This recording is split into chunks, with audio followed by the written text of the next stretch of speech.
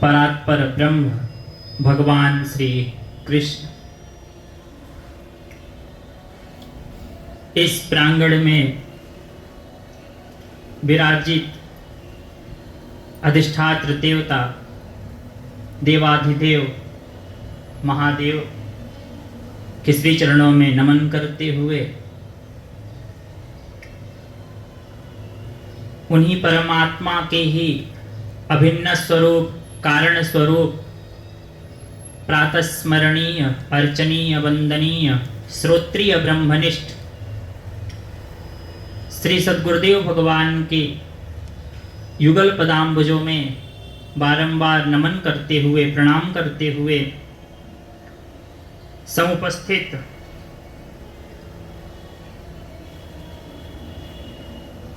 करुणामयी ममतामयी मातृशक्ति एवं भगवत भक्तजन,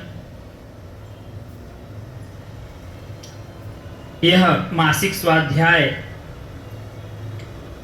हम लोग दूसरे अध्याय का 11वां और 12वां श्लोक पाठ करते हैं। श्री भगवानुवाच असोच्यानन्वशोचस्त्वम् प्रज्ञावादांश्च भाससे गतासु न गतासूंश्च नानुशोचन्ति पंडिताः न त्वेवाहं जातु नासम् न त्वं नेमे जनाधिपाः न चैव न भविष्यामः सर्वे वयमतः परम्।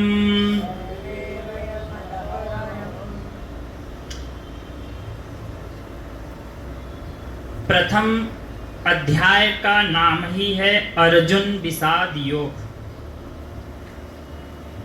पिछले स्वाध्याय में हम सभी ने श्रवण किया कि किस प्रकार अर्जुन का मन विक्षुब्ध है। अपनों को देखकर रणभूमि में जहां मेरे अपने हैं, मेरे चाचा हैं, मेरे काका हैं, मेरे ससुर हैं, मेरे पुत्र पौत्र इत्यादि हैं, उन रणभूमि में अनेक महारथियों को देख करके अर्जुन के मन में विषाद आया। अर्जुन का मन विचलित हुआ। उसके बाद अर्जुन ने भगवान के सामने अपने मत को रखा। अनेक प्रकार का जो भी मत उसने रखा, भगवान ने किसी भी उसके मत का, उसके किसी भी तर्क का भगवान ने खंडन नहीं किया। अर्जुन ने कहा, प्रभु अगर मैं इन सब को मारता हूं, इन सब से मैं युद्ध लड़ता हूं, तो कुलक्षयम, कुल का क्षय हो जाएगा। हमारे सामने जो लड़ने प्रतिपक्ष के लोग हैं, अगर हम उनसे लड़ते हैं, अब युद्ध का तो निर्णय यही है कि या हमको वो मारे या मैं उनको मारूं।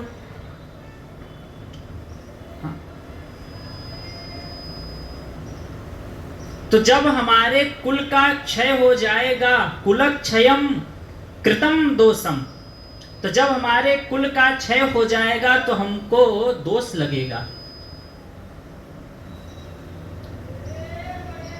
भगवान, जब कुल का क्षय हो जाएगा तो वहां पर फिर कुल जो धर्म है हमारा, जो कुल का जो धर्म है, कौन सा धर्म है? सनातन धर्म है। कुल धर्मा सनातन, जब हमारे कुल का नष्ट हो जाएगा, हमारा कुल तो जो हमारा अनेक जन्मों से चला आ रहा हमारा यह जो सनातन धर्म है वो नष्ट हो जाएगा। कैसे नष्ट होगा? तो धर्मे नष्टे कुलम, जब हमारा कुल नष्ट हो जाएगा, यानी जब हमारे ससुर, हमारे दामाद, हमारे अपने परिवार के लोग जब उस युद्ध में मारे जाएंगे, तो जो हमारी बधुएं हैं, जो विवाहित हैं, वो विधवा हो जाएंगी। अनेक प्रकार का जब स्त्रियां विधवा हो जाएंगी तो उसमें कुल का, जो हमारा एक कुल चला आ रहा है, कुल हमारा नष्ट हो जाएगा। दूसरा, जो हमारे पितर लोग हैं, जब हमारे कुल का कोई संतान नहीं होगा, जो हमारे पितर लोग पितृलोक में हैं, जब उनको पिंडदान नहीं मिलेगा, तिरांजलि नहीं मिलेगी, तो उनकी जो आत्मा है, जो उस आत्मा को तृप्ति नहीं मिलेगी, उस जीव को तृप्ति नहीं मिलेगी। हमारी जो कन्याएं हैं, हमारी जो बहुएं हैं, उनमें वर्ण संकर का दोष आ जाएगा। हमारा जो आने वाला कुल होगा उसमें वर्ण संकर का दोष आएगा। तो हे प्रभु, हम ये युद्ध तो नहीं लड़ सकते।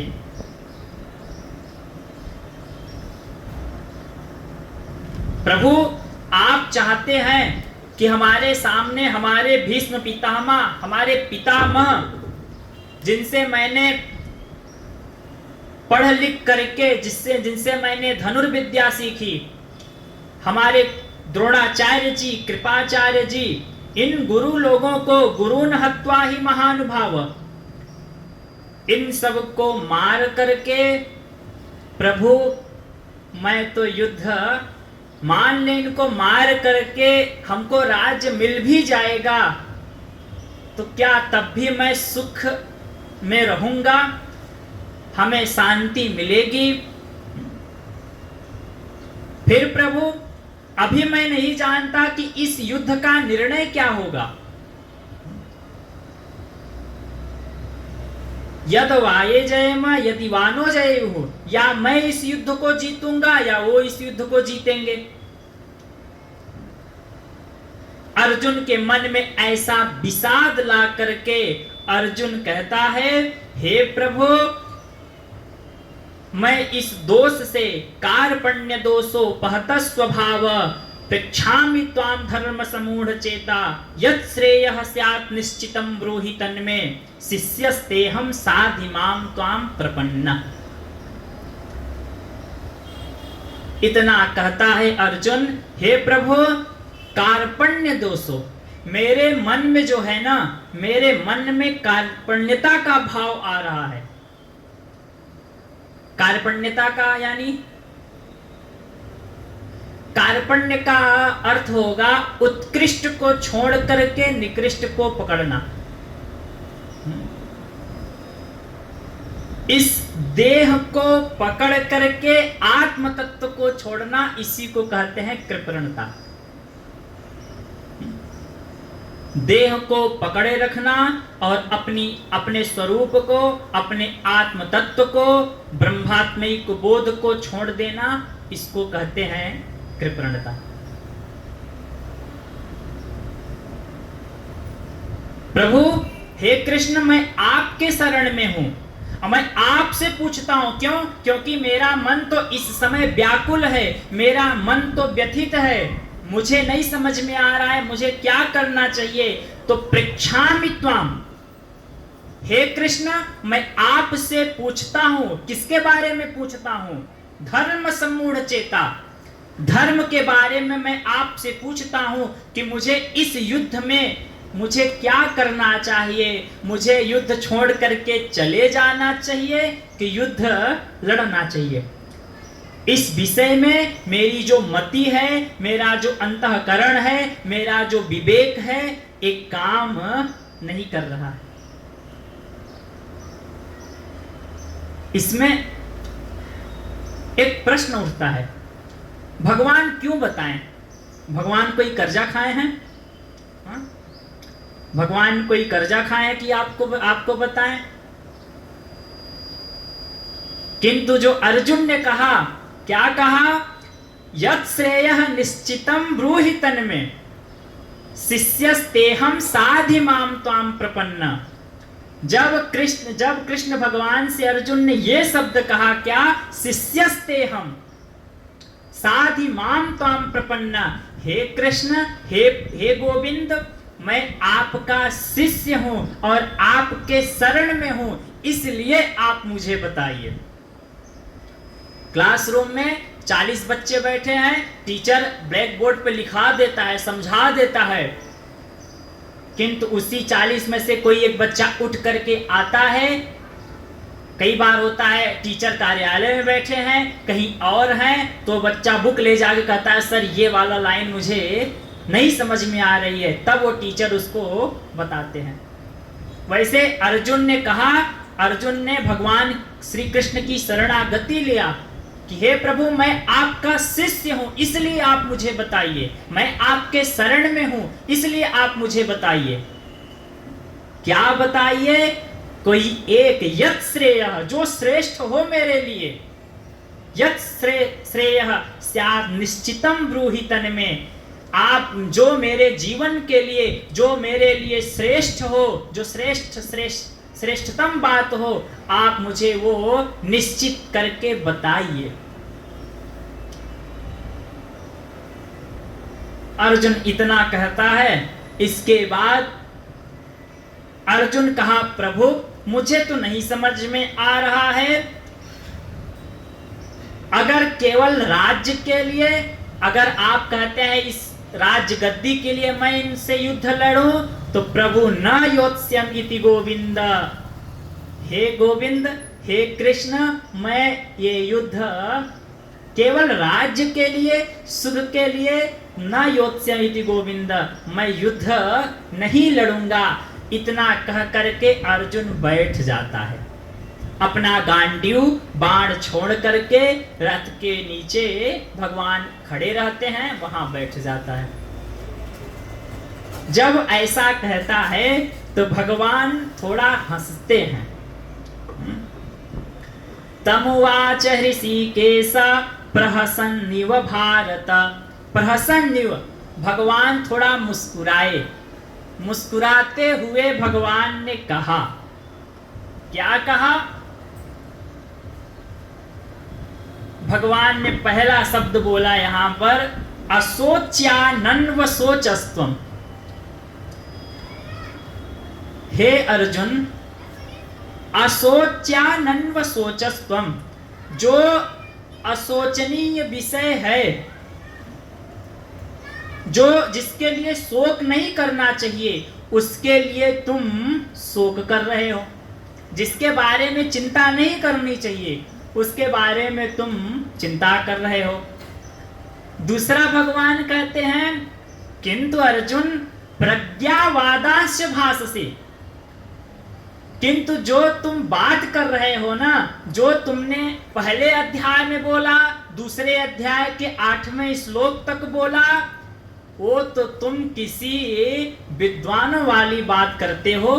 प्रज्ञावादांश माने जिनकी मेधा जगी हो, जो विवेकवान लोग हैं, जैसे महापुरुष बात करते हैं, किंतु अर्जुन तुम तो वैसी बात कर रहे हो। क्या? जो अशोचनीय है, जिसके बारे में सोचना नहीं चाहिए, उसके बारे में तुम सोच रहे हो, उसके बारे में तुम दुखी हो रहे हो, उसके लिए तुम विलाप कर रहे हो। किंतु दूसरी तरफ तुम तो विद्वानों वाली बात कर रहे हो, तुम तो ज्ञान की बात कर रहे हो। क्या? प्रज्ञावादांश, तुम ज्ञानियों वाली बात कर रहे हो। अगर ज्ञान है तो ज्ञान का पहला, जिसके अंदर ज्ञान है, ज्ञान का पहला अर्थ होता है कि जीवन में निश्चितता होती है, मन में शांति होती है। जिसके अंदर ज्ञान है, जिसके अंदर आत्म तत्व का ज्ञान है, वो निश्चिंत होता है जीवन में जी। उसके जीवन में परम शांति होती है। किंतु अर्जुन बात तो करता है ज्ञानियों वाली, किंतु अभी उसका जो मन है, जो अंतःकरण उसका है, अभी विचलित है, रोता है। अनेक भगवान के सामने उसने अब जैसा था, जैसा उसका अंतःकरण था, भगवान के सामने उसने वैसा प्रस्तुत किया। भगवान दूसरे लाइन में कहते हैं, हे अर्जुन गता सुन। गता माने जो चले गए हैं, जो जा चुके हैं, यानी भूतकाल। जो चले गए हैं उनके बारे में हमको नहीं सोचना चाहिए। जो चले गए हैं, जीवन में भी ऐसा है। हाँ? जीवन में भी ऐसा है, कई बार होता है। हाँ? जैसे अगर कभी जैसे गुरुदेव मंच पे बैठे हैं, कई बार होता है, अक्सर होता है, हमें पता भी नहीं, हम नीचे बैठ के सुन रहे हैं, तब तक जो भी मंच संचालक का काम है वो कहता है 10 मिनट हमारा नाम लेके बोला कि आप आए और 10 मिनट। अब मान लीजिए जो तैयारी किया हूँ कि जब गुरु जी के पास जाऊँगा तो ऐसा ऐसा सुनाऊँगा, ये बताऊँगा, ये बोलूँगा। जैसे नाम लिया, जैसे माइक के पास खड़े हुए, तो जो 10 मिनट के लिए सोचा था उसमें तो एक लाइन भी नहीं याद रहती। अब उसके बाद मान लीजिए माइक पर जो 5 मिनट 8 मिनट जो बोलने के बाद आकर के बैठ गए, बैठने के बाद जब 1 मिनट गुरु जी को सुना, उसके बाद फिर याद आने लगा, अरे देखो ये हमने याद किया था, ये गुरु जी के सामने बोलना था, पर अब भूल गए। अब वो क्या हुआ, जो बोलना था वो नहीं बोले, क्या हो गया अब ये हो गया भूतकाल, ये बीत गया। किंतु अब हम उसके बारे में अगर सोचते हैं कि नहीं ये वाला चीज बोलना था, तो उसका कोई अर्थ निकलेगा, उसका कोई भाव निकलेगा नहीं। तो वही भगवान अर्जुन से कहते हैं, हे अर्जुन गता सुन। जो जा चुके हैं, जो बीत गया है, उनके बारे में सोचने से, उनको याद करने से कोई लाभ नहीं होगा। दूसरा गता सुन, दूसरा अगता सुंस। अगता सुंस माने जो भविष्य में होगा, जो आगे घटेगा, उसके बारे में भी ज्यादा नहीं सोचना चाहिए। गतासून अगतासूंश्च नानु सोचंती पंडिता। जो पंडित लोग हैं, पंडित माने पंडित जी लोग नहीं, आम भाषा में सब लोग कहते जाओ पंडित जी को बुला लाओ, कथा जाओ, देखो पंडित जी मंदिर में है कि नहीं। अभी पंडित का अर्थ बताऊंगा। क्या इस विषय में, किस विषय में कौन नहीं सोचता? पंडिता माने जो ज्ञानी लोग हैं, जो विवेकी लोग हैं, वो इस विषय में नहीं सोचते। किस विषय में? जो भूतकाल में हो चुका है, जो भविष्य में होगा, उसके बारे में नहीं सोचते। देखिए 3 ही चीज होता है। भूतकाल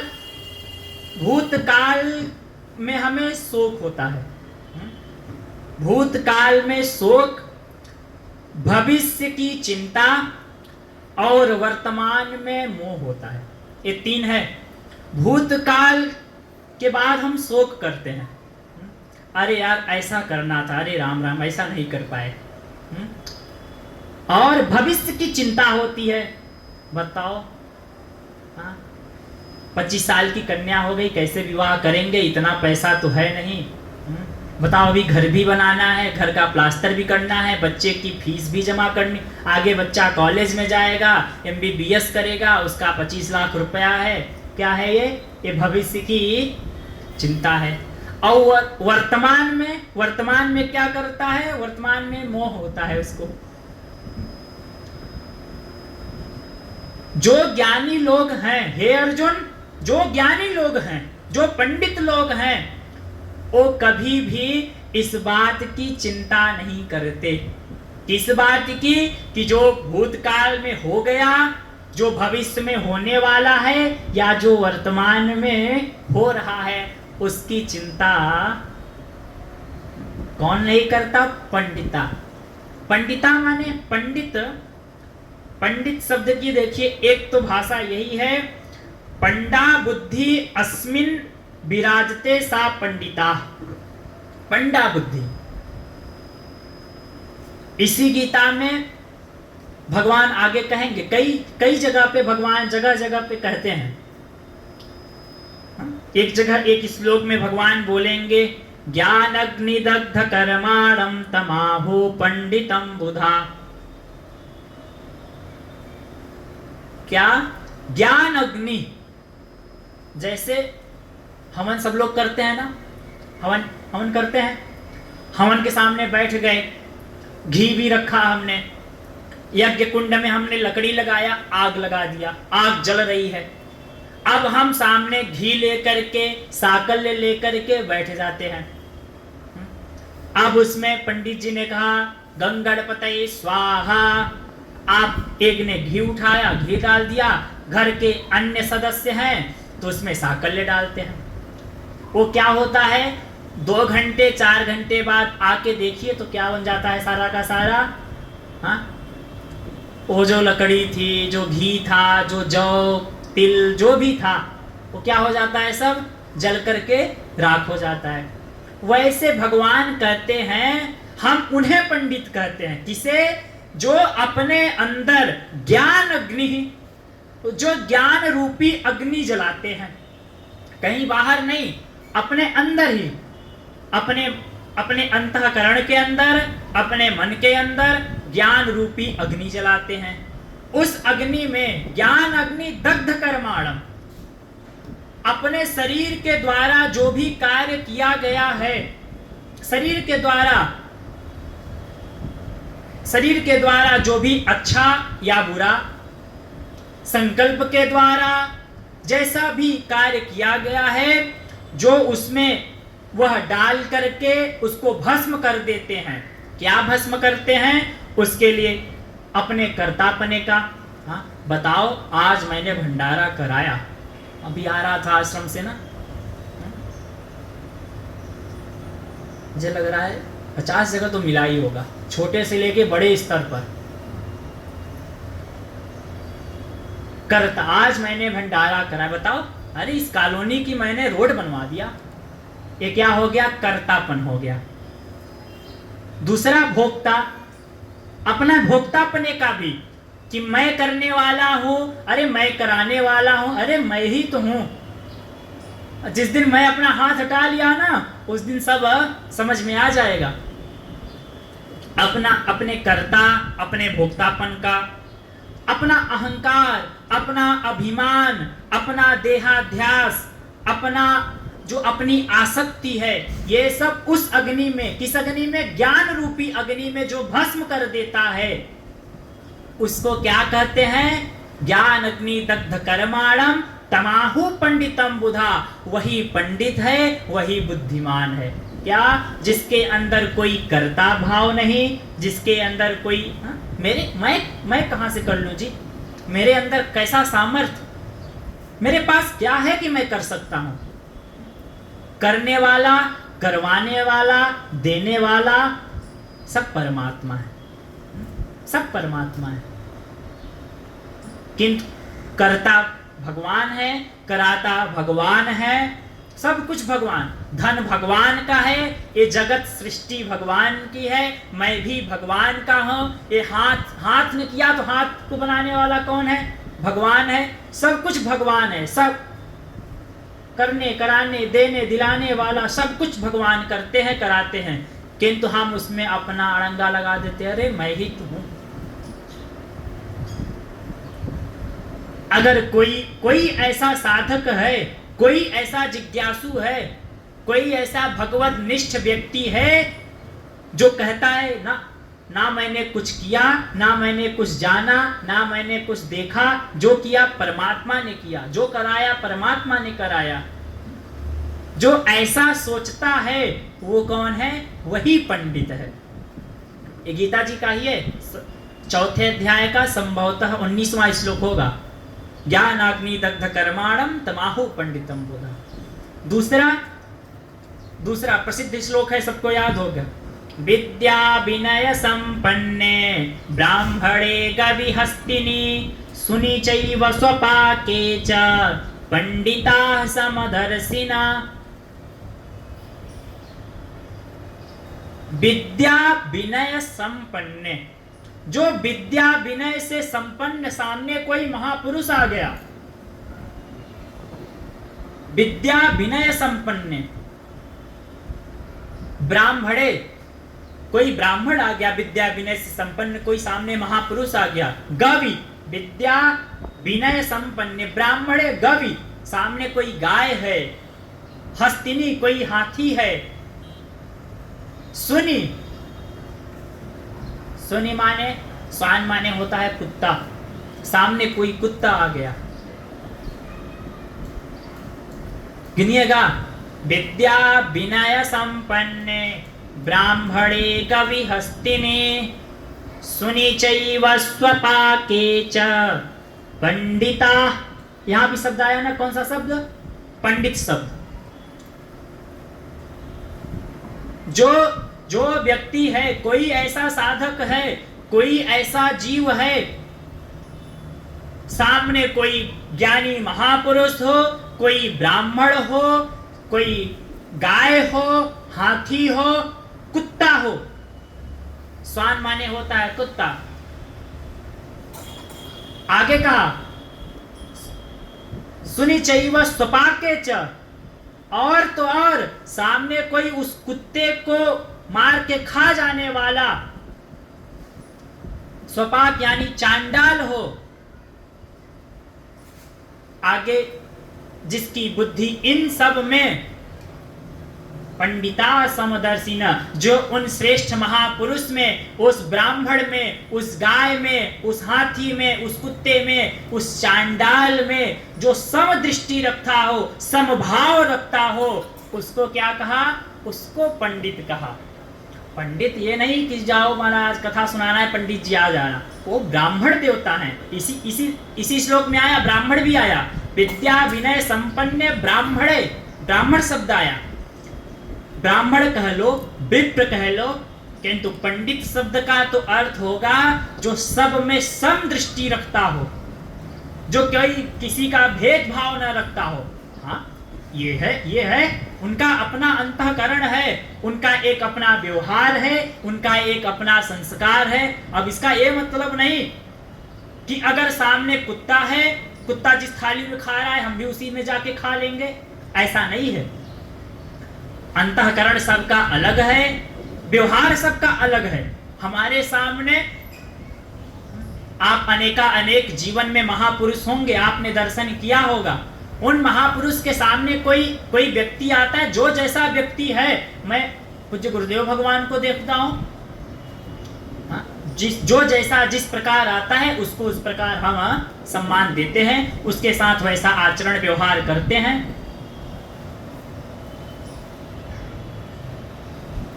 किंतु जो जीव सब में समान दृष्टि रखता हो, समभाव रखता हो, उसको हम पंडित कहते हैं।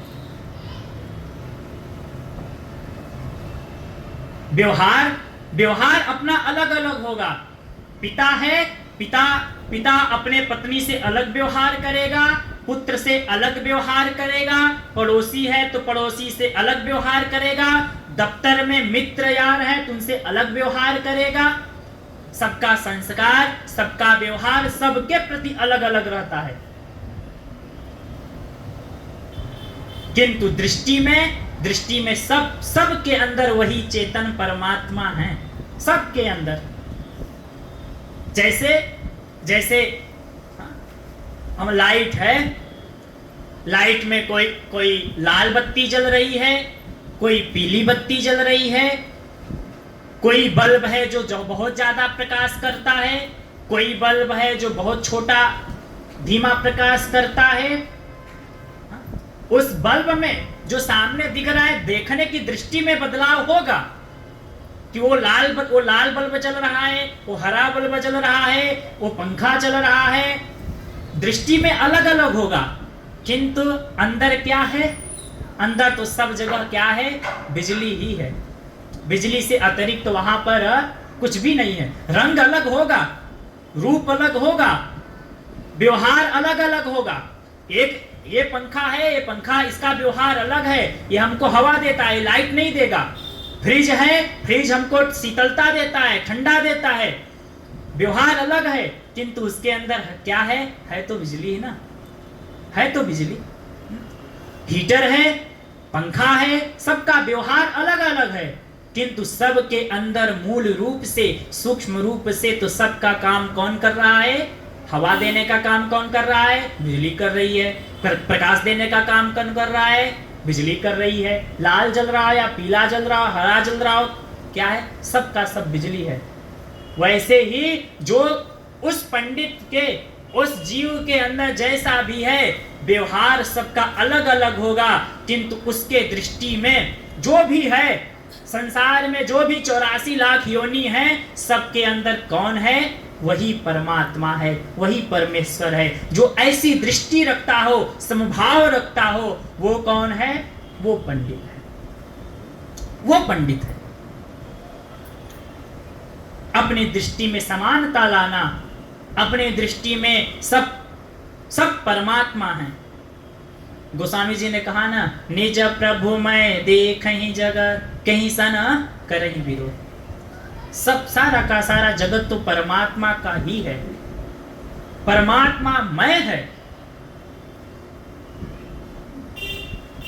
जब दृष्टि में ऐसा होगा ना, तब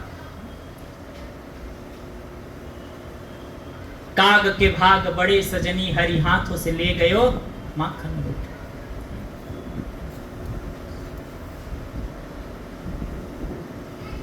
कोई होगा सर।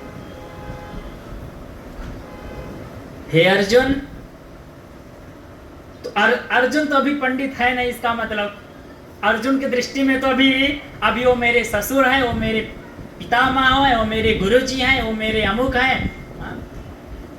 किंतु अर्जुन बात तो करता है विद्वानों वाली, किंतु जिसके अंदर, मैंने प्रारंभ में कहा, जिसके अंदर ज्ञान है, जिसके अंदर ज्ञान की शक्ति है, तो उसके अंदर, मैंने कहा, ज्ञान का पहला अर्थ होता है कि जीवन में निश्चिंतता आती है। अभी अर्जुन के जीवन में निश्चिंतता नहीं है। अभी तो अर्जुन रोता है, अभी तो अर्जुन विलाप कर रहा है, अभी तो अर्जुन युद्ध से पीछे भग रहा है, नाना प्रकार का तर्क कुतर्क कर रहा है।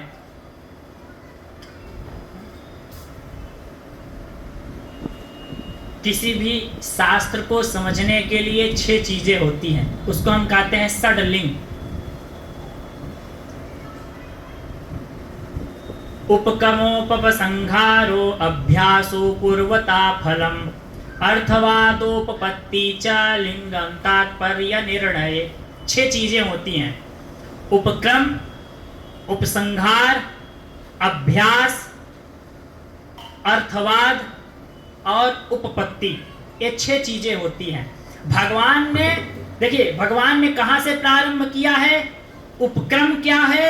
उपक्रम यही है कि शोक की निवृत्ति। भगवान ने 11वें अध्याय से प्रारंभ किया यही, अशोच्यानन्व। अशोक, हे अर्जुन, जो शोक योग्य नहीं है उसके बारे में शोक क्यों करना? पहला अध्याय भगवान ने कहा यहाँ पर, ये उपक्रम। और जब हम और आगे बढ़ेंगे, जब 18वें अध्याय में जाएंगे, तो 18वें अध्याय में भगवान कहेंगे, अर्जुन, अहम त्वाम सर्व पापेभ्यो मोक्षयिष्यामि संजय। हे अर्जुन, तुम शोक मोह से दूर हो, अपना शोक मोह से दूर हो करके अपना कर्म करते रहो। जब ऐसा शोक मोह से दूर होगे तो मोक्षयिष्यामि संजय। मोक्ष में तनिक भी देरी है। आपने लाइट जलाई तो अंधकार को कहना नहीं पड़ता, ये अंधकार भग जा। आपने जैसे ही बटन पे हाथ रखा, अंधकार अपने आप गायब। ठीक उसी प्रकार, उसी तरह, जैसे ही जिस समय हमें ज्ञान की प्राप्ति नहीं करनी है, हम तो हैं, हम सच्चिदानंद स्वरूप हैं। भगवान भाष्यकार ने कहा ना तत्वबोध में, सच्चिदानंद स्वरूप स्वात्मानं विजानीयात्, अपने आप को तुम सच्चिदानंद स्वरूप हो, तुमको कहीं जाना नहीं है। कोई अलग चीज होती है तो उसे प्राप्त करना पड़ता है। जैसे ये हमसे दूर है तब हम इसको प्राप्त करना है, किंतु जो मेरा स्वरूप ही है, कैसे चंदन की लकड़ी है, चंदन की लकड़ी है, चंदन की लकड़ी का काम क्या है? चंदन की लकड़ी में क्या, चंदन की लकड़ी का क्या विशेषता है?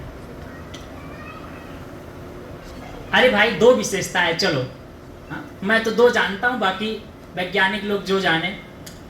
पहला, चंदन को घिसोगे, चंदन की लकड़ी को सूंघोगे तो उससे क्या आएगी? सुगंध।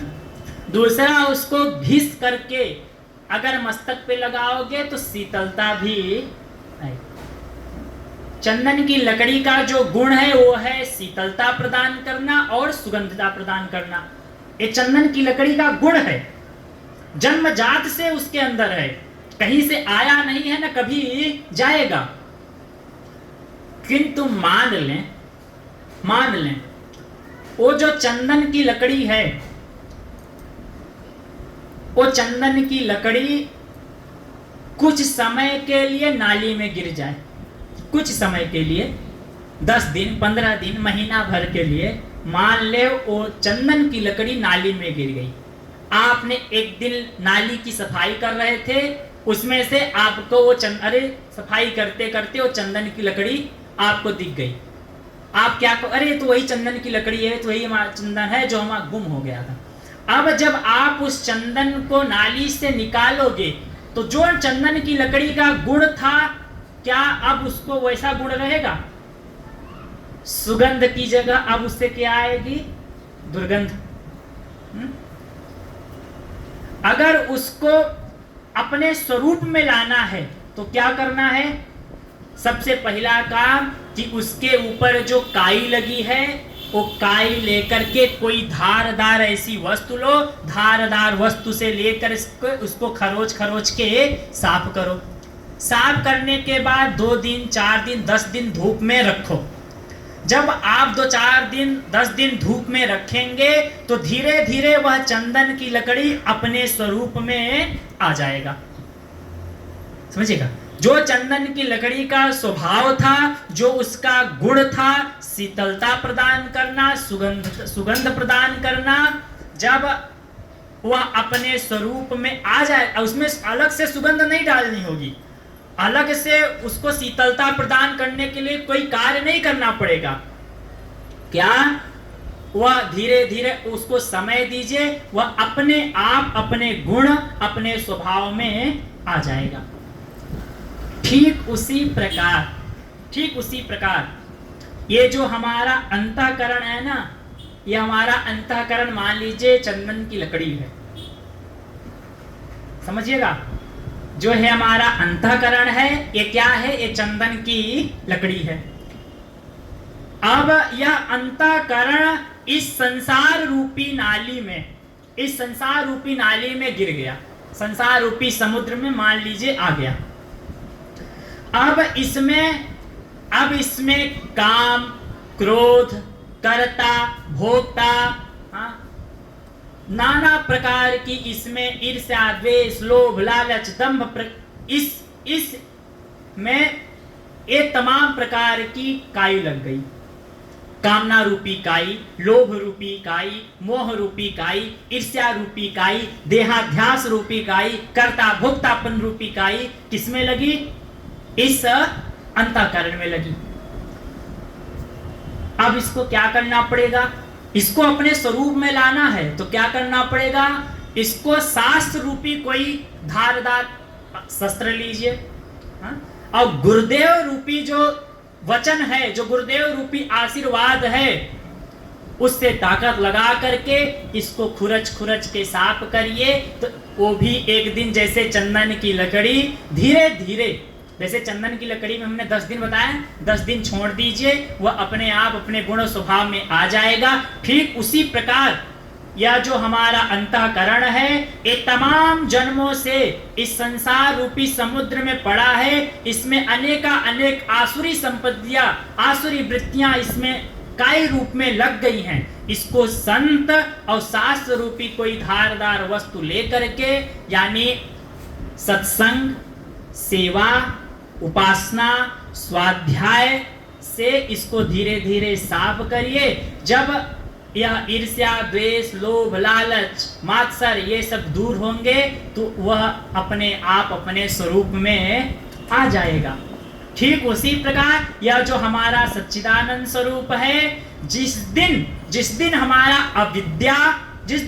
अविद्या दूर होगी हमसे, जिस दिन हमारी कामना हमसे दूर होगी, हम अपने स्वरूप में निष्ठ हो जाएंगे। कहीं जाना नहीं है, अलग से कोई चीज प्राप्त नहीं करनी है, वो मेरा स्वरूप है। भगवान ने कहा, यहां से उपक्रम, यहां से भगवान ने प्रारंभ किया।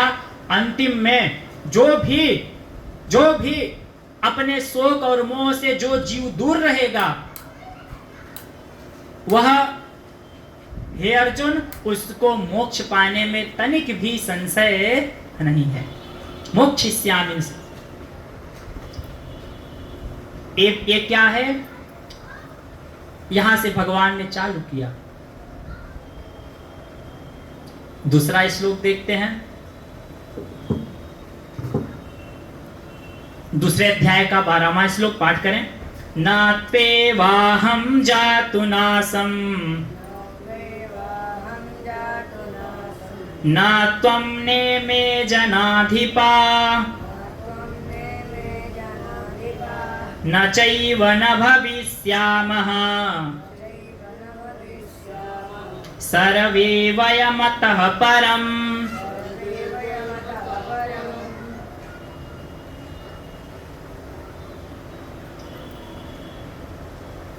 भगवान ने दूसरा कहा, प्रभु आप कहते हैं कि शोक ना करें, ठीक है ना, चिंता ना करें, तो प्रभु न तू एव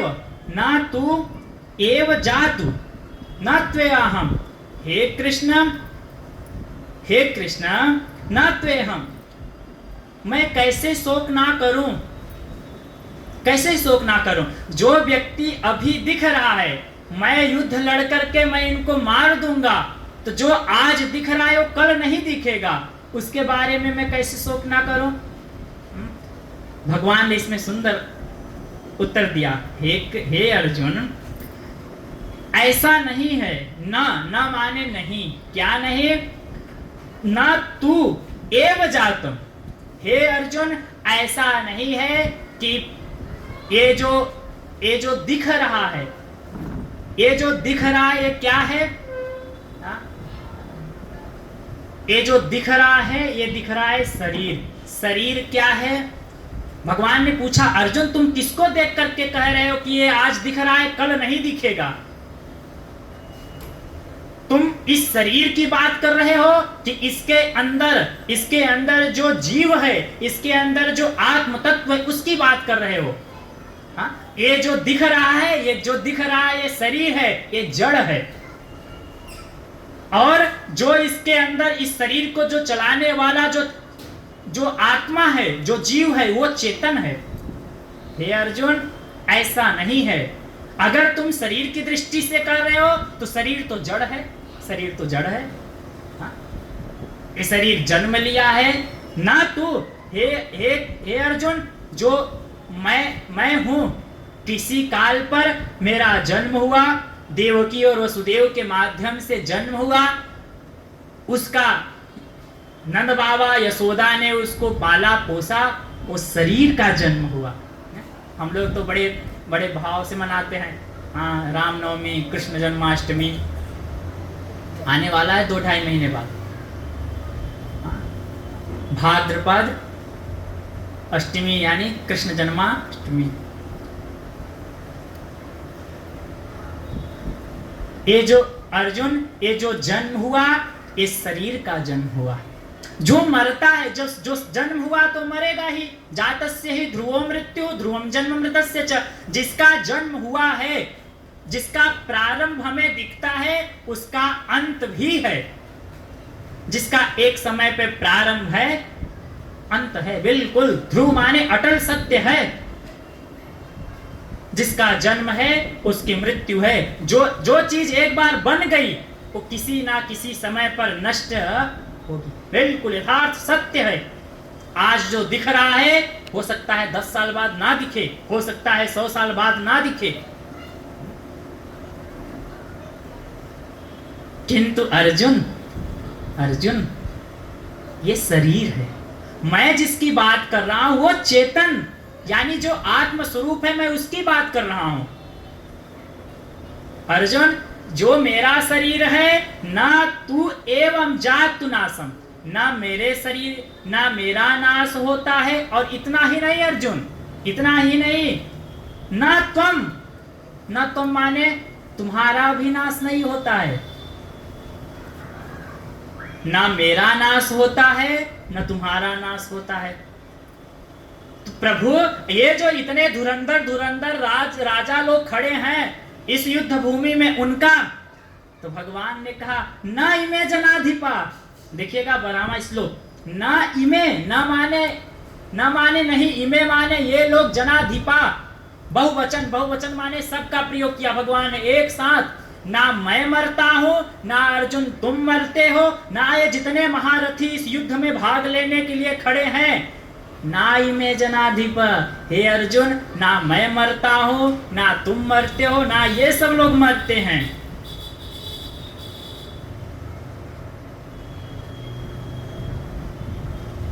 फिर प्रभु, तो ठीक है प्रभु, आज नहीं तो क्या? भगवान ने कहा न च एव भविष्यामः। हे अर्जुन, ये भविष्य में भी, पहले भी था। पहले यानी ये जो हम शरीर की बात नहीं कर रहे हैं, हम शरीर को जो चला रहा है, अगले में आएगा। जैसे घर है ना, घर को संस्कृत में क्या कहते हैं? गृह। उसका रूप चलेगा गृहम गृहे गृहाणि गृहम गृहे गृह। तो घर के अंदर वो गृह हो गया, गृह के अंदर रहने वाला, गृह को चलाने वाला, क्या कहेंगे उनको? गृहिणी। तो ठीक उसी प्रकार ये जो देह है, ये जो ऊपर दिख रहा है, ये क्या है? ये देह है। इसके अंदर जो चेतन सत्ता है, जो इस देह को चलाता है, जो इस देह को जानता है, जो देह के एक एक वृत्तियों को जानता है, समझता है, विचार करता है, उसको हम कहते हैं देही। अर्जुन, हे प्रिय अर्जुन, ये जो देही है ना, ये देही रहता है कहाँ? न च एव भविष्यामा, ये भविष्य में भी रहेगा। मैं भी रहूंगा, तुम भी रहोगे। आगे भगवान ने कहा सर्वे वयमतः परम। ये जितने महापुरुष दिख रहे हैं, जिनको तुम चाचा, ससुर, दादा, फूफा, मौसा, बेटे, दामाद जो बता रहे हो, ये पहले भी थे, अभी दिख रहे हैं, आगे भी रहेंगे। हाँ, ये है, उनका रूप बदल जाएगा, उनका आकार बदल जाएगा, उनका व्यवहार बदल जाएगा। जैसे समझो, जब बच्चे का जन्म होता है, तो दांत नहीं होते। 6 महीने के बाद दांत आते हैं ना। अच्छा, कई बार हमने तो पेपर में पढ़ा है कि एक बच्चे का जन्म हुआ दांत सहित, तो हम अपने शास्त्र में उसको शुभ नहीं मानते, फिर उसका पूजन होता है कुछ।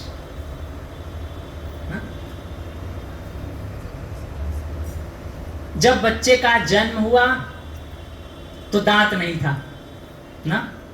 फिर कुछ समय बाद धीरे धीरे समय बीता, 5 महीने, 8 महीने, साल भर के अंदर दांत 2 आगे 2 ऊपर, यही सामने दिखते हैं उसके। क्या हो गया? दांत धीरे धीरे करते करते यहाँ तक दांत ऊपर नीचे यहाँ तक आ गए। ठीक, अब वह बच्चा 14 साल 12 साल 13 साल का हो गया, 10-12 साल का हो गया, तो जो दांत 6 महीने के बाद पैदा हुए थे, अब धीरे धीरे वह दांत क्या होने लगते हैं? टूटने लगते हैं। क्या होते हैं? टूटने लगते हैं। और फिर धीरे धीरे वो दांत, एक एक दांत टूटते रहते हैं और एक एक दांत उगते रहते हैं। हाँ, उसको क्या कहते हैं? जो टूटते हैं उसको क्या कहते हैं? दुधिया दांत ना। बचपन में जब दांत टूटता था, हम पहले हिलता था, तो हम बच्चे लोग तो आधा जीभ से हिला हिला के उसको तोड़ देते थे। जब तोड़ देते थे तो घर में दादा माँ पिताजी लोग रहते थे, क्या कहते थे? अगर खपड़े पे फेंकोगे तो खपड़े जैसे इतने बड़े बड़े दांत होंगे। तो क्या कहते थे माता पिता लोग, दादा गांव के लोग, कि उसको ले जाके चूहिया के बिल में डाल दो। तो जैसे चूहिया का दांत होता है एकदम साफ छोटे छोटे, वैसे दांत निकलेंगे। अब शहर के लोग कहाँ, अब तो जमीन के फर्श से अब तक कहाँ टाइल्स संगमरमर। हाँ, तो दांत पहले नहीं था, फिर दांत आया, फिर दांत टूट गया, फिर दांत आया। तो दांत के आने, दांत के टूट जाने से मेरे अंदर कोई परिवर्तन हुआ? मैं ज्यों का त्यों हूं ना। ठीक उसी प्रकार हे अर्जुन, मैं पहले था, अभी भी हूं, आगे भी रहूंगा। मैं ही नहीं, ये जितने लोग दिख रहे हैं, तुम भी, ये जितने के जितने महापुरुष रणभूमि में दिख रहे हैं, सबके सब पहले भी, अभी भी, आगे भी। हाँ, जो भविष्य में होंगे तो थोड़ा सा रूप बदल जाएगा। अंदर का मालिक वही होगा, समझिएगा। अंदर का जो चेतन शक्ति है वही रहेगी। बाहर से उसका नाम बदल जाएगा, बाहर से रूप बदल जाएगा। हो सकता है संस्कार से उस जन्म में पुरुष था, इस जन्म में स्त्री बन गया, इस जन्म में जीव था, हो सकता है 84 लाख योनियां हैं, उसके कर्म, उसके प्रारब्ध के अनुसार उसकी अगली गति होगी। हे अर्जुन, इसलिए चिंता करने की बात नहीं है, शोक करने की बात नहीं है। तुम शोक से, तुम चिंता से दूर रहो। ये जितने के महापुरुष दिख रहे हैं, कभी किसी काल में कुछ थे, इस समय पर तुम्हारे कोई चाचा बन करके पैदा हुए हैं, कोई तुम्हारे सगे संबंधी काका नाना ताऊ बन करके पैदा हुए हैं। कई बार तुम इनके पुत्र बने हो, ये तुम्हारे पिता बने हैं, कई बार तुम पिता बने होगे, ये तुम्हारे पुत्र बने हैं। इनमें रोने की बात क्या है? इसमें विलाप करने की बात क्या है? भगवान ने ऐसा बोला। भगवान ने कब बोला? मैंने विस्तार में बताया। दूसरे अध्याय के 6-7वें श्लोक में देखिएगा। भगवान ने क्यों बताया, वो जरूरी है। अर्जुन कहता है, हे कृष्ण, यत श्रेय, यत माने जो कुछ, निश्चितम, यद श्रेय, हे कन्हाई, हे गोविंद, जो मेरे लिए श्रेष्ठ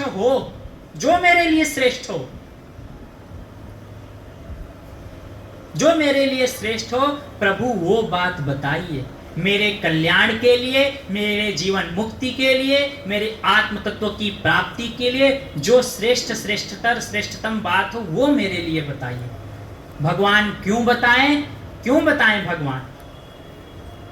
मैंने कहा, भगवान ने कहा, अर्जुन ने कहा, भगवान मैं आपका शिष्य हूं, शिष्यस्तेहम साधि माम त्वाम प्रपन्ना। प्रभु मैं आपके शरण में हूं, मैं आपका दास हूं, आप मेरे स्वामी हैं, मैं आपका सेवक हूं, मैं आपका शिष्य हूं, इसलिए आप मुझ पर कृपा करिए, आप मुझको बताइए। इसलिए जीवन में कोई एक ऐसा जगह हो, कोई एक ऐसा मार्ग हो जिस जगह पे जाने पर, जिस मार्ग पर चलने पर हमारी मनोदशा ठीक हो, हमारा मन ठीक हो, हमारी बुद्धि ठीक हो। कब होगा? जब भगवान की कृपा होगी, जब भगवान के मार्ग पर चलेंगे, ये तभी संभव है।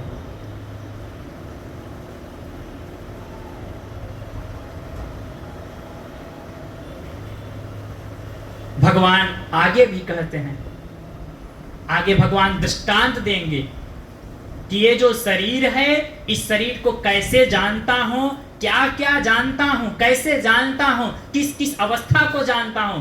कहेंगे देह कौमारम, कौमारम माने कुमारी अवस्था, यौवनम, यौवनम माने जुआवस्था, जरा, जरा यानी बुढ़ापा। वो तीनों अवस्थाओं को जानने वाला वो कौन है? वही चेतन है। हे अर्जुन, वही चेतन है। कौन? जो वृद्धावस्था को भी जानता है, जो युवावस्था को भी जानता है, जो प्रौढ़ अवस्था को भी जानता है, वही है जो ना कभी मरता है, ना कभी जाता है, ना कभी आता है। इसलिए मन में जो भी हो, पहले अध्याय का क्या नाम है? अर्जुन विषाद योग। आगे लास्ट में क्या जोड़ा? लास्ट में जुड़ा योग। योग माने होता है जुड़ना, योग माने जुड़ना। अर्जुन का दुख भी योग बन गया। कब? जब वो भगवान से जुड़ा तब। कब? जैसे अर्जुन की जो मनस्थिति थी, भगवान के सामने अर्जुन ने अपने प्रत्येक मनस्थिति को रख दिया, खोल कर रख दिया।